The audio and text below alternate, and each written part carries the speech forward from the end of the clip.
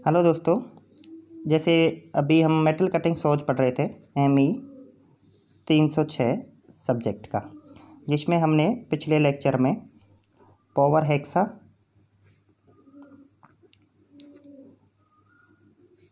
और बैंड सा के बारे में पढ़ लिया था। तीसरा इसका भाग होता है सर्कुलर सा। जैसे सर्कुलर सा नाम से ही हमें प्रतीत होता है कि इसमें एक डिस्क होगी और उसके डिस्क पर कांटे इस प्रकार से टूथ बने होंगे और यहाँ वर्कपीस को फीड किया जाएगा। इस प्रकार से डिस्क पर टूथ कटे होते हैं और वर्कपीस को फीड किया जाता है। इस वर्कपीस को फीड हम तीन तरीके से कर सकते हैं। एक तो हैंड ऑपरेटेड यानी हाथ से कर सकते हैं। दूसरा इसको न्यूमेटिक यानी वायु के द्वारा, न्यूमेटिक मैकेनिज्म होती है जिसमें वायु के द्वारा फीड किया जा सकता है। और तीसरा होता है हाइड्रोलिक यानी जिसमें ऑयल यूज करके उसको फीड कर दिया जाता है। तो वर्कपीस को तीन तरीके से इसमें फीड किया जाता है सर्कुलर, एक डिस्क के नीचे से, हैंड ऑपरेटेड है, न्यूमेटिक है और हाइड्रोलिक के द्वारा। इसका जो उपयोग है वो अलग अलग चीज़ों में किया जाता है। ये भी तीन प्रकार की मशीनें होती हैं। जैसे एक तो होती है हैंड ऑपरेटेड।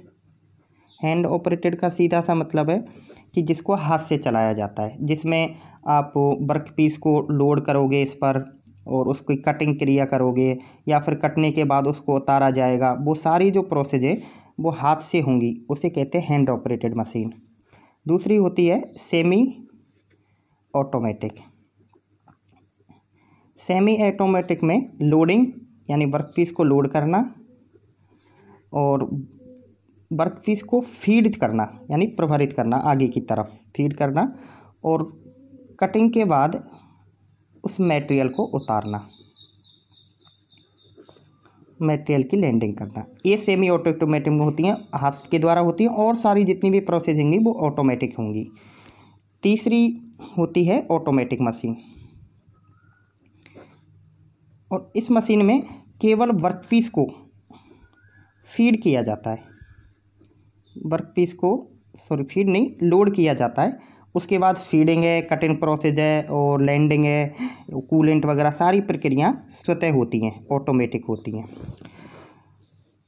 तो सर्कुलर सा तीन प्रकार की मशीन होती हैं, जैसे पिछले हमने बताया था। सर्कुलेशन का क्लासिफिकेशन अगर करें तो पहला होता है मेटल कोल्ड सा, मेटल कोल्ड सा।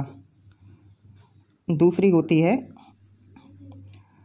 एब्रेसिव सा, एब्रेसिव सा। और तीसरी होती है फ्रिक्शन सा।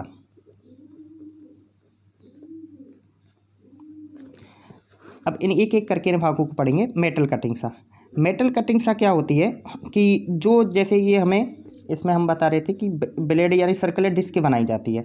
अगर इस ब्लेड का व्यास 200 mm से कम है तो इसे हम कहते हैं मेटल सिल्टिंग सा। लेकिन अगर 200 mm से ज़्यादा है व्यास ब्लेड का तो उसे कहते हैं मेटल कोल्ड सा।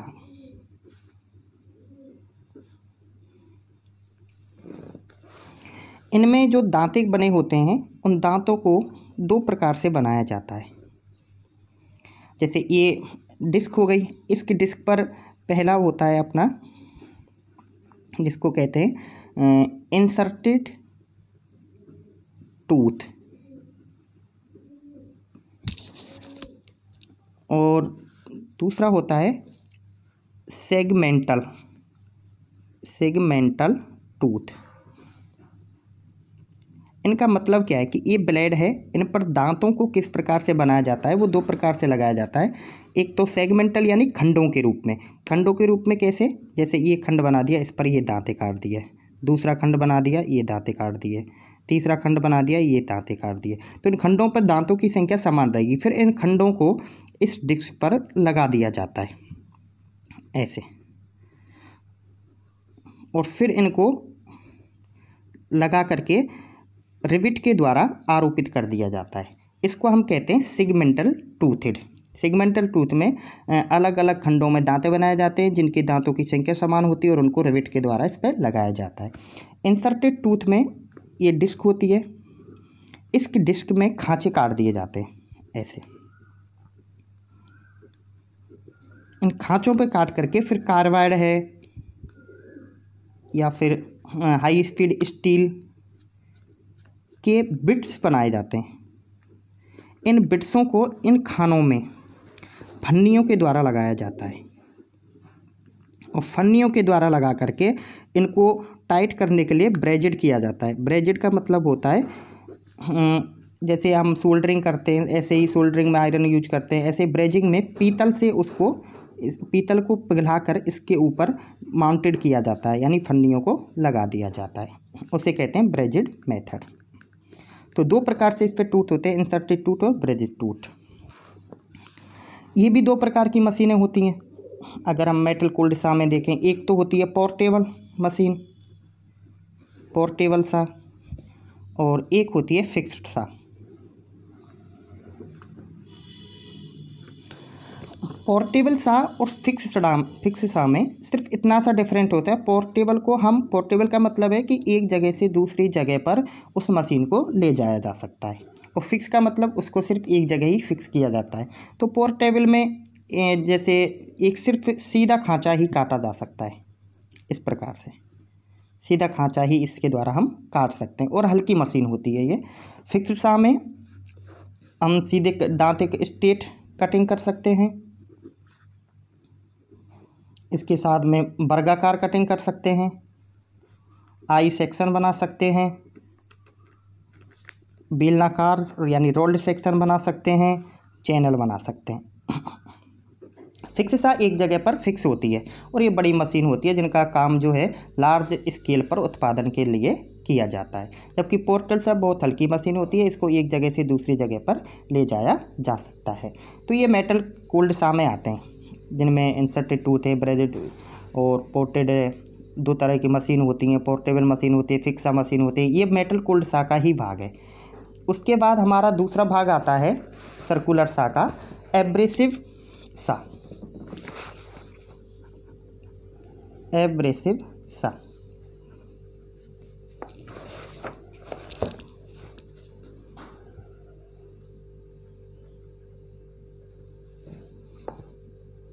एब्रेसिव सा में दूसरा भाग है ये मेटल कोल्ड सा का, सर्कुलर सा का, सॉरी, एब्रेसिव सा। एब्रेसिव जैसे नाम से पता है कि इसमें एब्रेसिव पदार्थों का उपयोग किया जाएगा। जैसे एब्रेसिव पदार्थ हमारे कौन से होते हैं, मोस्टली इसमें दो प्रकार के पदार्थ हो जाते हैं, एक तो सिलिकॉन कार्बाइड और दूसरा रहता है एल्युमिनियम ऑक्साइड।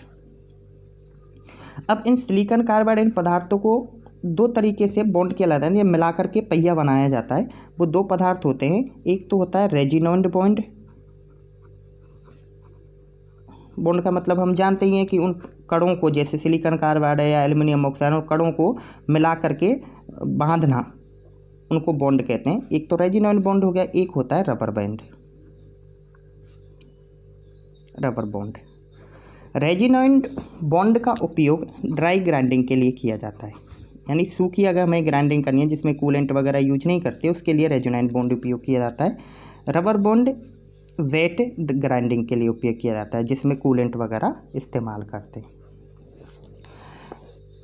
रेजिनॉइड बॉन्ड का जो इस्तेमाल किया जाता है वो लगभग 5000 मीटर प्रति मिनट की गति पर किया जाता है कटिंग कार्य, और रबर बैंड का लगभग 2500 मीटर प्रति मिनट पर किया जाता है।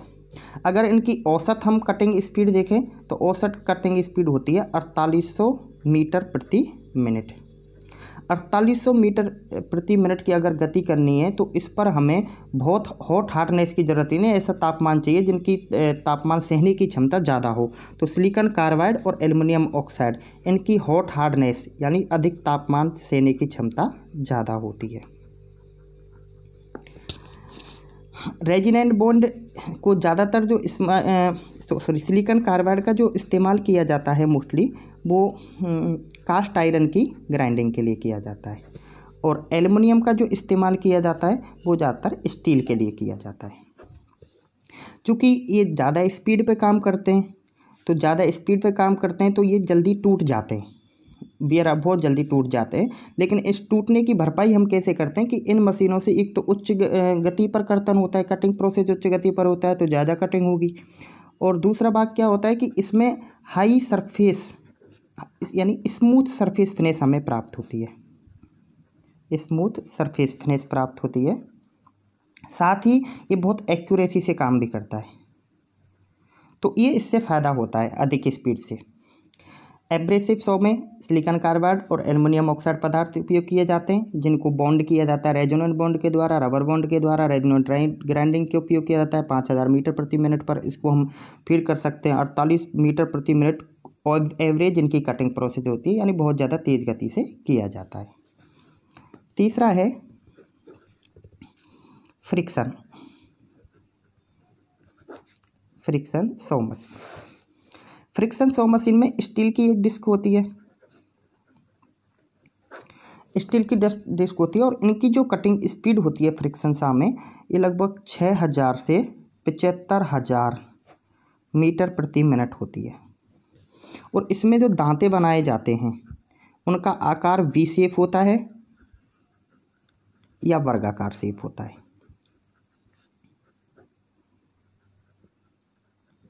और इन दांतों की, ये जो दांतें हैं इनकी पिच या गहराई, ये हो गई पिच और ये हो गई गहराई डेप्थ, ये जो डिस्क बनाई जाती है उसकी मोटाई के बराबर होती है।